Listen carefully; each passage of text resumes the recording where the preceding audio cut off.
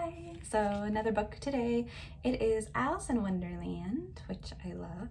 It's a little crazy, but it's one of my faves.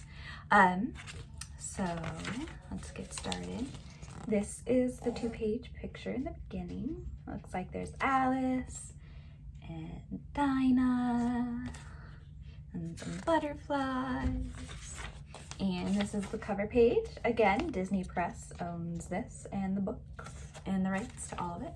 And let's get started. One summer day, a young girl named Alice found herself trapped with a history lesson. While her sister read of ancient kings, Alice crowned her cat Dinah. Alice thought the day was simply too splendid to be spent studying the ancients. As soon as she could, Alice slipped away from her lessons. "Oh, Dinah," she sighed, "in my world, there would be no lessons, and all would be nonsense." As Alice dreamed of her Wonderland, a well-dressed white rabbit ran past. "I'm late! I'm late!" the white rabbit cried. Alice raced after him. He must be going somewhere important.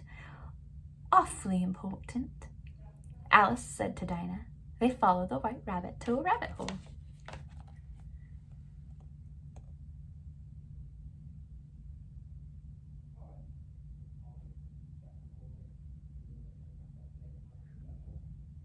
Oh. Okay.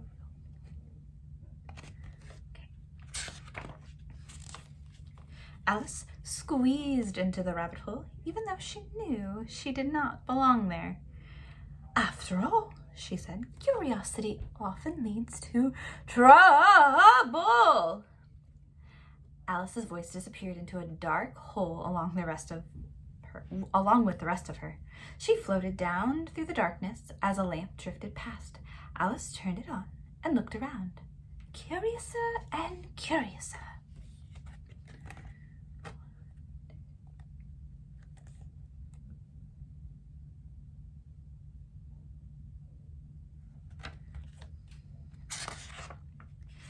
As Alice landed, a pair of white rabbit feet ran past her. "Oh, wait, Mr. Rabbit!" she called as she ran after him all the way to a little door. As she twisted the doorknob, and a nose wrinkled under her hand. What a strange place, Alice thought. She asked the doorknob if she could go through. "Sorry," said the doorknob. "You're much too big. Why don't you try the bottle on the table?" A glass bottle labeled "Drink Me" appeared. With each sip, Alice shrank. Now she could fit through the door, but the door was locked. Tiny Alice couldn't reach the key to unlock the door. A magic cookie made her gigantic, but giant Alice couldn't fit through the door either. She began to cry, and her tremendous tears flooded the room. Alice shrank herself again and floated through the door's keyhole in a glass bottle.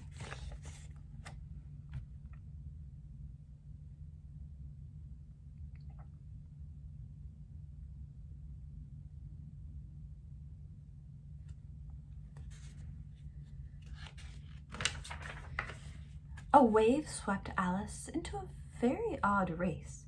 Some fish and some birds ran around a dodo. They were trying to get dry while the waves kept getting them wet.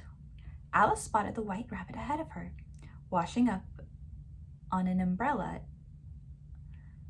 "Mr. Rabbit," she called, and started to follow him into the woods. Instead of finding him, however, she found a set of twins. "I'm Tweedledee," said one. "I'm Tweedledum," said the other. Alice told them she was looking for the white rabbit because she was curious about where he's going. Tweedledum sighed. "It can't be dangerous to be curious." "It can be dangerous to be curious," he said. "I'm sure you're right," said Alice, but she hurried off to find the white rabbit.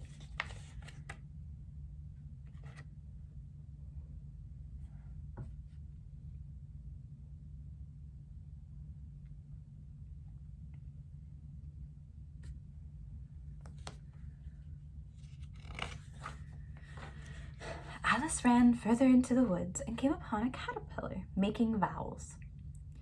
"Who are you?" he asked. Alice tried to blow away the smoke around her head and seemed to blow the caterpillar right out of his clothes. Alice was worried until she saw that the caterpillar had become a butterfly. Flapping his new wings, he told her, "One side of the mushroom will make you grow taller, and the other side of the mushroom will make you grow shorter." With that, he flew off into the sky.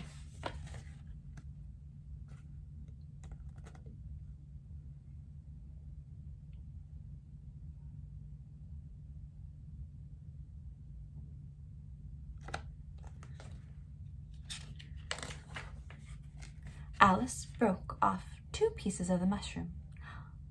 "I wonder which side is which," she said.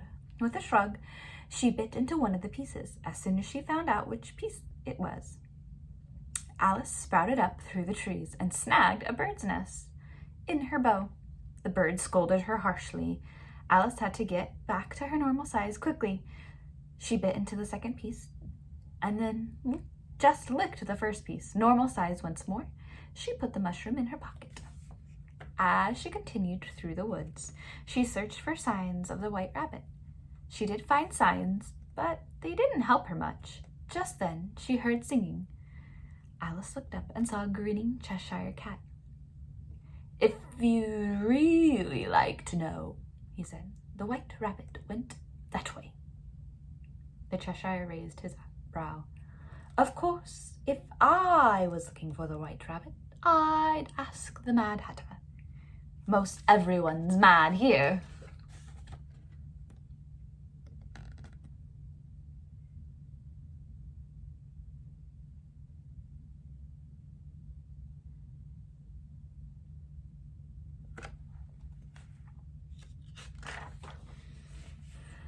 Alice walked on until she heard more singing.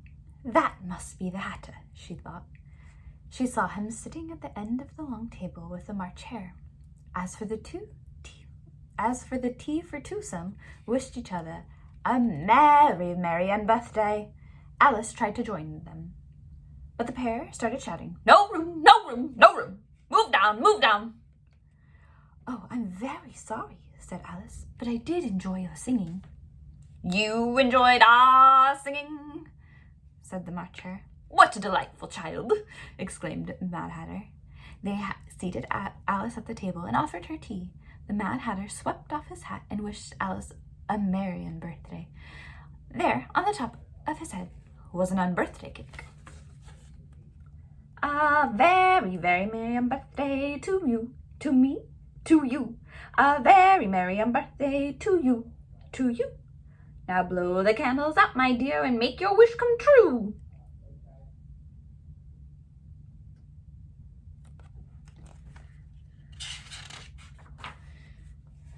Alice blew out the candle on the top of the cake and made an unbirthday wish. As if in answer to Alice's wish, the White Rabbit appeared. I'm late! The White Rabbit cried. The Mad Hatter and the March hare decided that the White Rabbit's watch must be broken, so they decided to fix it with lemon and jam. Alice shook her head and walked away. "Oh, I've had enough of this nonsense," she said.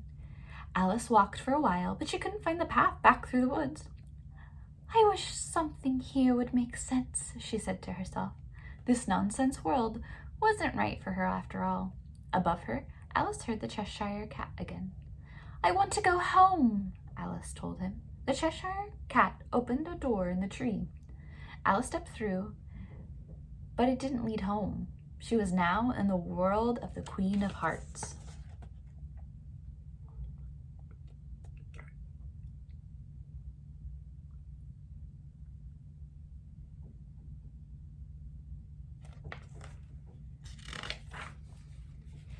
The White Rabbit raced past her on the royal court. Perhaps, thought Alice, this was why he was always in such a rush. He wouldn't want to be late to announce the Queen. No one would. "Her Imperial Highness," called the White Rabbit, "the Queen of Hearts." The cards cheered as the Queen entered. The Queen spotted Alice. "Why, it's a little girl! Now, where are you from and where are you going?" Alice curtsied and answered, "I'm trying to find my way home."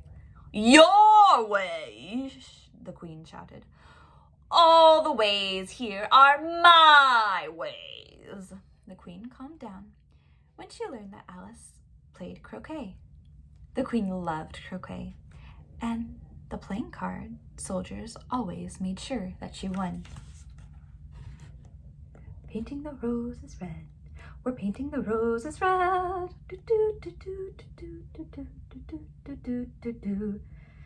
Painting the roses red, we're painting the roses red.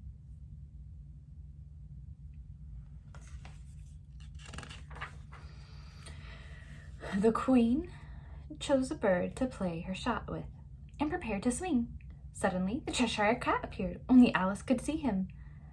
"You know," he said to Alice, "we could make her angry." "Oh, no," cried Alice. "Stop!" But it was too late. The Cheshire Cat tangled the Queen's skirt, and as she swung, her feet tripped over and she flopped to the ground. The Queen heaved herself up. "Someone's head will roll for this," she bellowed at Alice. "Yours!" The little king pulled on the Queen's skirt meekly. "Couldn't she have a little trial first?" The Queen but agreed. The White Rabbit read the charge. Alice had caused the Queen to lose her temper. "Are you ready for your sentence?" the Queen asked Alice.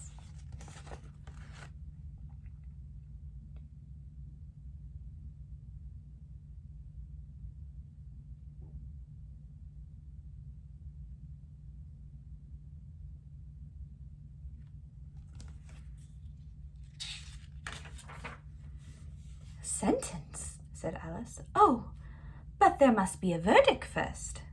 "Sentence first," the Queen thundered. "Off with a head!" Alice dug into her pockets and found the 2 mushroom pieces. She stuck them in her mouth and grew until she was towering over the Queen. The King and Queen told Alice to leave the court. "I'm not afraid of you," said Alice. Just then, Alice felt herself shrinking. "Off with her head!" the Queen shouted once more. The court of cards began to close in on Alice. "I simply must escape," said Alice, and ran away as fast as she could. She ran through a maze and began to retrace her steps through the woods. She soon found herself back on the beach in the middle of Dodo's race.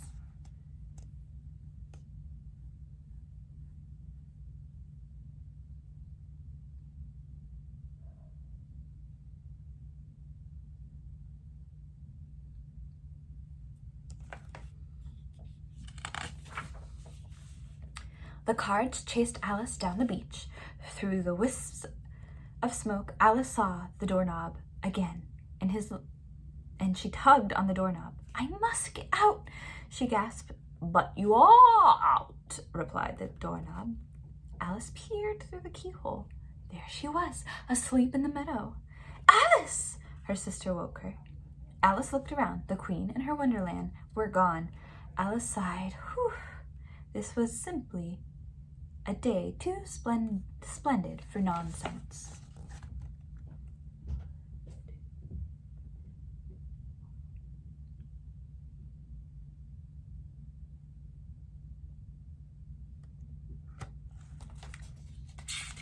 And that, my friends, is the end of the book.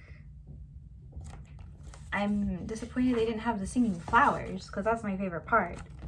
But still a good book. Anyways, I will see you later, and probably have a couple more books today. So, bye!